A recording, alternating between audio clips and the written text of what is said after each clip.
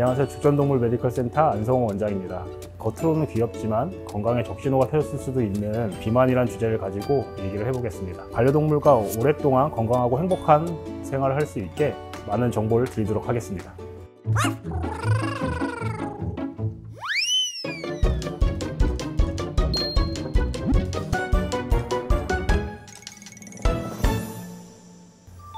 우선은 지속적으로 같이 생활하기 때문에 체형이 부는 걸 눈치채지 못하는 경우가 많고요. 그리고 또 대부분의 보호자분들이 강아지를 키우면서 느끼는 행복을 잘 먹는 거에서 되게 느끼는 경우가 많기 때문에 적정한 체형을 가지고 보통 보호자분들이 느끼기에는 말랐다 느끼는 경우가 많고요. 살짝 비만이나 살짝 살이 찐 걸 가지고 적당한 체형이다 이렇게 생각하시는 경우도 많습니다. 먹는 양 같은 경우도 사실은 딱 일정량을 정해서 주시는 게 아니고 사료 주고 뭐 간식 주고 하다 보니까 얘가 지금 먹고 있는 양이 초과가 되는지 모르는 경우가 많다 보니까 지속적으로 애는 살이 쪄가는 경우가 많고 보호자분은 그게 자연스러운 거라 생각하는 경우가 많다 보니 비만을 인지하지 못하고 계속 악화시키는 경우가 굉장히 많습니다.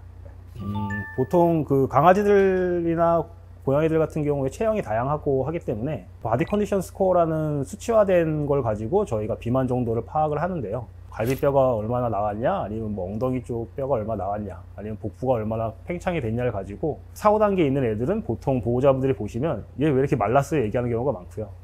보통 뭐 6단계, 7단계 정도 돼야 적당하게 살집이 있구나 하는 경우가 많습니다. 비만은 사람도 그렇고 만병의 근원이라고 하는데요. 과학적으로도 증명된 말입니다. 보통 제일 흔하게는 관절 질환 같은 게 많고요.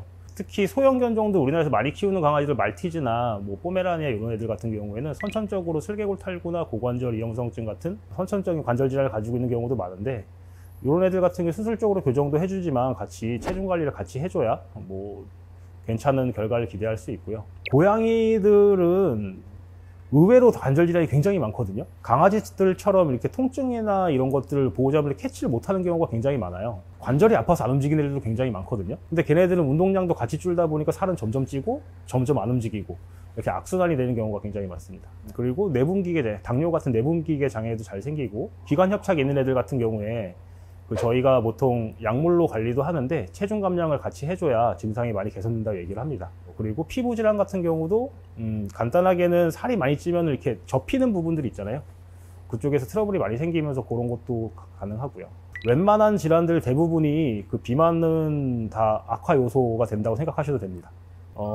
다이어트 사료는 저희가 그냥 쉽게 보호자한테 얘기해 드릴 때 뭐라고 말씀드리냐면 쉽게 배가 부르는 사료라고 말씀을 드려요. 다이어트를 하려고 그러면 어쨌든 적절한 칼로리를 공급을 해주면 살이 빠질 수밖에 없는데 이게 집안에서 하기가 쉽지가 않은 거예요. 보통 강아지들은 갑자기 애를 확 줄여버리면 배가 고프니까 계속 칭얼칭얼 대고 고양이들도 마찬가지로 뭐 밥 달라 간식 달라 하다 보니까 보호자분이 못 이기고 계속 주는데 그걸 조금 예방할 수 있는 사료라고 생각하셔도 될 것 같아요. 막연하게 사료를 줄이세요 하면은 보호자분들은 사료를 줄이긴 하는데 다른 걸 늘리시는 경우도 되게 많아요. 간식 같은 걸 늘리고 저희가 그렇게 얘기를 해요. 물 먹고 살찌는 애는 없다고. 뭘 먹었으니까 찌는 거지. 만약에 얘가 진짜 안 먹고 살이 찌게 만들면은 보호자분이 노벨상을 받을 수도 있다고 말씀을 드리는데요. 보통 반려동물 같은 경우에 강아지는 보통 1주에서 1%, 3%, 고양이는 0.5에서 2% 정도 빼라고 하는데 5kg 강아지 기준으로 치면은 보통 50g에서 150g, 한 달 치면 많으면 한 500g 정도 빠지는 게 정상적인 속도라고 생각을 하시면 되는데요. 우선은 내가 지금 먹이는 양을 정확히 파악을 하고 그게 얼마나 초과됐는지를 보고 거기서 얼마큼 줄여서 얘가 적절하게 체중이 감소가 될 수 있는지를 평가를 해봐야 될 것 같습니다. 상관은 없는데 간식을 저희가 끊으라고 하는 이유는 애한테 얼마나 많은 칼로리가 공급이 되는지 계산을 하려고 하면은 사료 같은 경우는 뭐 그람당 몇 칼로리가 있다고 써 있는 경우가 대부분이고요. 간식들도 그렇게 있긴 한데 대부분은 그런 표시가 없는 경우가 많다 보니까 영양소를 얼마나 주는지 파악이 안 되는 경우가 굉장히 많습니다. 그러다 보니까 우선 간식부터 끊고 사료로 다이어트를 시작으로 하라고 하는 거고 관리상 때문에 간식을 끊으라고 얘기하는 경우가 많습니다. 운동은 보호자분이 노력을 하셔야죠. 강아지들은 산책을 하는데 저희 보통 그 적은 수준의 운동량을 보통 산책 1시간 정도를 하는데요. 이런 경우도 굉장히 많더라고요. 뭐냐면 열심히 운동을 시켰더니만 집에서 더 자고 안 데리고 나갔더니만 집에서 막 뛰고 막 이러면서 운동량을 정확하게 체크하기가 쉽진 않습니다.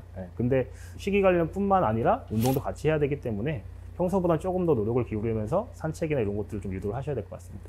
고양이는 진짜 쉽지가 않아요. 보통 놀아주긴 하는데 고양이들 지구력이 굉장히 떨어져요.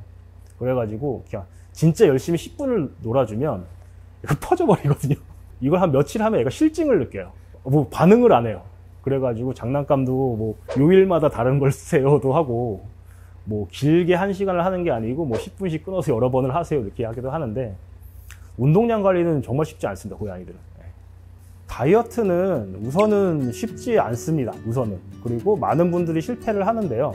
저도 계속 실패를 하고 있고요. 아이들과 행복한 걸 보호자분이 느낄 때 약간 먹이는 거, 먹이를 주고 나서 얘가 만족하는 거, 이런 걸 가지고 많이 느끼시다 보니까 보호자분이 마음이 약해져서 많이 다이어트 실패하는 경우가 많은 것 같습니다. 차근차근 내가 얘한테 뭘 주고 있는지부터 파악을 하셔야 될 것 같고요.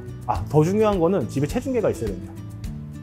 계속 몸무게를 재야죠. 그런 걸 비교해가면서 하면 다이어트는 성공할 수 있을 것 같습니다. 우리 아이가 더 오래 보호자분과 함께 행복하게 살기 위해서 오늘부터 작은 습관을 바꿔보시면 어떨까 싶습니다. 영상이 유익하셨다면 구독과 좋아요 부탁드립니다. 감사합니다.